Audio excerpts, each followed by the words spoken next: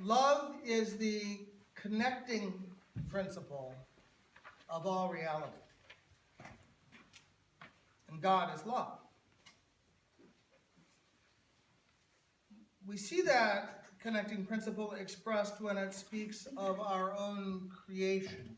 In the image of God, He created them, male and female, He created them. There's connection. But even before that, we see connection in the pairing of light and darkness, in the pairing of earth and water, sun and moon. And we learn something about the nature of that connection, the nature of love, from the sun and moon when we notice how they orbit. The earth orbits the sun, the moon orbits the earth, and for an orbit to be stable, it needs to be just so close and just so far. So it can't be so close that the two crash into each other. It can't be so far that each one goes off spinning all on their own. So I guess that's the first thing about love. It's the awareness of essential connection coexisting with an existential separation. And it's like breathing out and breathing in. You can't be who you are without the other. And you can't be who you are if you get totally sucked in and absorbed by the other. The second thing about love is that it's not a feeling. It's more a way to be. Love may be actually the only true way to be. We do usually feel good, even though it's not a feeling. We feel good when we become aware of love, happier, lighter. Because in the awareness of love, we let go of the fears that beset us. It said perfect love casts out fear in the epistle. We let go of the defensiveness that arises when we feel that fear, when we don't recognize the connection and don't walk in the love. We let go of the anger that overtakes us and that blocks the truth of love, the love in which we live and move and have our being.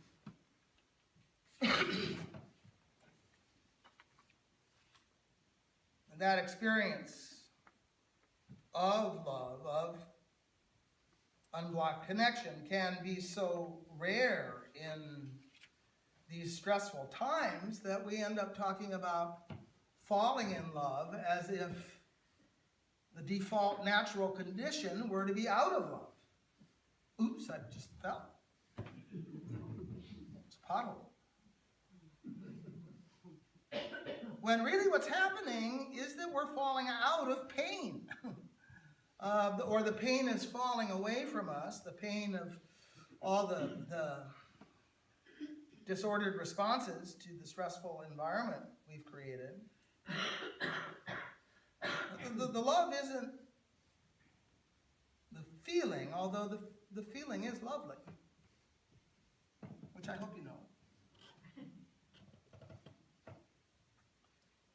And love is not an action, even though it can be a verb as well as a noun. I guess anything that's really true has a verbal quality about it, given the interchangeability of matter and energy. Although I guess that's sort of a digression, isn't it? But anyway, our loving actions are only meant to show the love that we have, that we are that love. To disclose the love, discover it, because it's always there. Just often hidden, or we're often blind. The actions aren't the love itself. The love is God.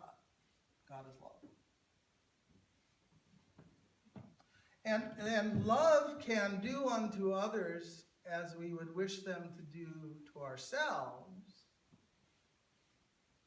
because love recognizes the other as an aspect of ourself, and ourself as an other. We can share, we can give, we can be generous, because what we give, we don't give away. Our gift simply brings the recipient into our love life, it's like there's this spotlight cone of love that's shining over us, and in our giving, we're simply bringing that person into that light, joining in a kind of sacramental union where the gift that we give becomes an outward and spiritual sign of the inward and spiritual grace of love. Even if we just give a paperclip or a pen or our good wishes. That's what's behind that passage in Acts that sometimes can be controversial, that talks about the early Christians having all things in common, of not having private property. In love, the sharing of stuff goes along with the sharing of life.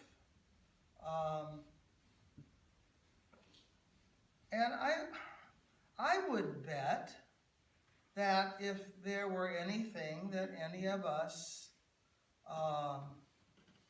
in this St. James congregation really and truly needed, that we were able to provide, it would be provided. It's not like everybody has to have a title to things, but I actually think that extends to all the groups that meet in this place.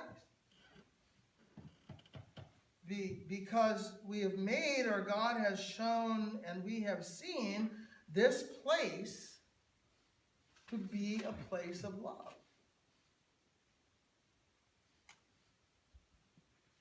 And I'll talk more about place in a bit, because I think it's key. But love is really all that Jesus asks of us. He doesn't really ask us to give our intellectual assent to particular series of propositions.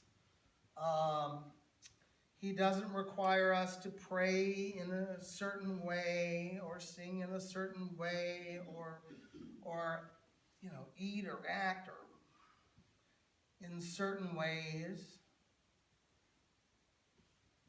Just be aware of where you are and who you're with,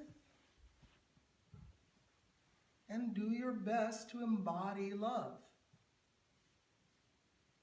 in that place, for that person, for those people, in that moment. Let that moment be that cone of shining love. When I get into debates with exclusivist Christians who seem to add a word to the collect that we had as our collect for the day, and assert that our tradition is the only way, the only truth, and the only life, even though it doesn't say that, they will often cite what they call the Great Commission, the instruction to the 11 disciples described at the end of the gospel according to Matthew, where the risen Jesus says, "Go and make disciples of all nations, baptizing them in the name of the Father and of the Son and of the Holy Spirit," and the story about the baptism of the Ethiopian is a part of that idea. But what they seem to make of it is that what that means is that everyone is supposed to become a Christian. And sometimes they even sort of, I think, enviously and vengefully think that if they don't, they're going to be among the dead branches that get burned up. But I, as I may have said before, interpret that passage differently. The Greek word translated in that passage as "of," as in "make disciples of all nations," can also in Greek mean "from," make disciples from all nations. So that the passage can mean, first, that disciples don't have to be Jewish. They can be of any nationality, any ethnicity, that all people are chosen people. But also, it can mean that the goal is to have disciples everywhere from all nations, from each nation, each people, but not that everyone everywhere has to be a disciple. You just need somebody. You just need a few. Like leaven, yeast. Jesus uses that metaphor for the church. Leavening, yeast. And again, as I've said before, the purpose of yeast is not to turn all that flour gunk into yeast. It's to make the bread rise, to be a transforming presence. So you just need a few. A little love can go a long way. You're not chosen to be saved from the world because you're especially good or especially worthy. You're chosen to save others. Chosen for, not from. Chosen to embody the love of God for those who may not sense it. To be the body, be the love of God, where you are. You're the church not only when you come to church, maybe not even primarily when you come to church, but mainly when you go out of here and take that love that I hope you've discovered here, uncovered here, and go out with it. Although actually, love isn't something you can go out with. You can't. It's not something you can give and receive. It's not a thing. Love's not a thing. You don't have it. It may have you. Probably has you. Maybe you are it. And unlike war, you can't really make love, in spite of what we said in the 60s, right? Love makes you. So when you do go out from here to share the love of Jesus, share the love of God, share the God who is love, then you become a kind of movable feast of love. You become an environment of love that brings love to others who come into your space, into that shining cone of love that is your life, for those in your place, in the world of love that surrounds you. In the work of my dissertation, I studied and talked about this place, this site that the indigenous Rumsen people called Punapul, a place that I said absorbs and has absorbed the spirit, the soul of those who come into the place, and then also shares that spirit, soul that's been accumulated with others. It's love too. It absorbs the love and shares the love.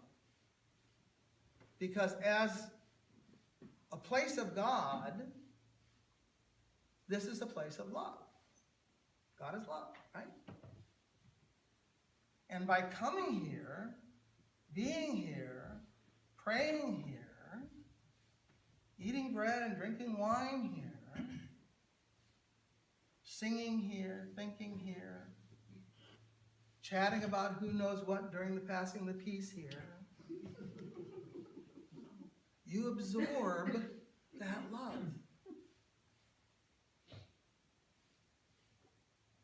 You enter a place of love and become yourself a place of love.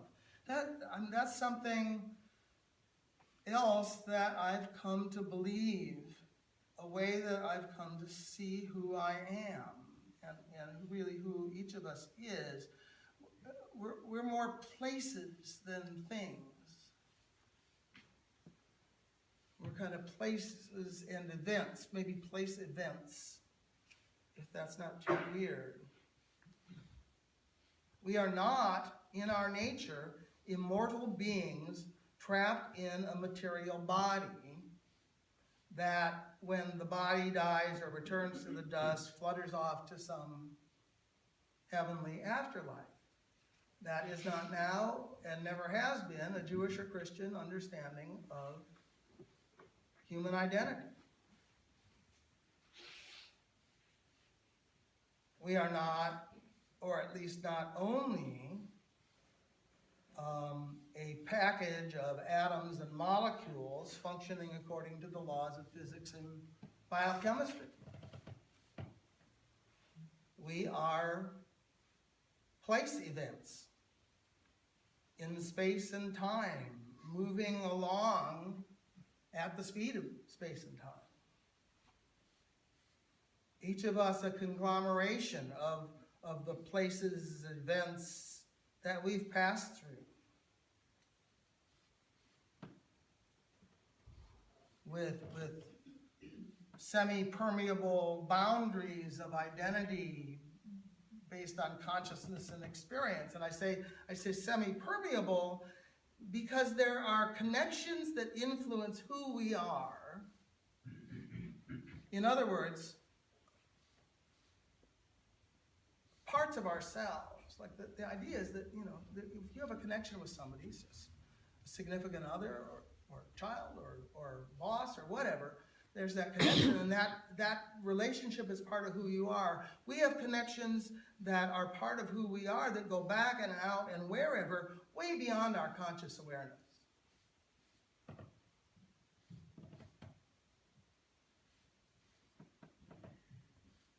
So, the point of that is, since you're here today,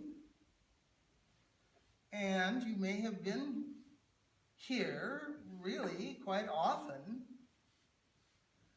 and since God is here, and always is here, and is known to be here, And since, as the letter of John says, God is love, you are love.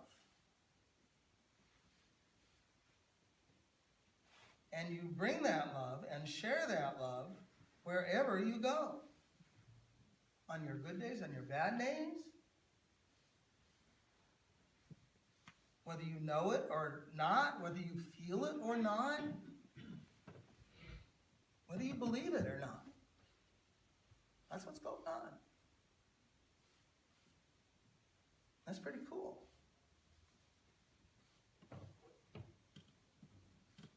It's the vine and the branches. If that makes more sense, it probably does. And everybody gets to drink the wine in the end. So as another Episcopalian sang, don't worry, be happy. And as somebody else, I'm not sure that he was necessarily Anglican, said all you need is love. Thanks be to God.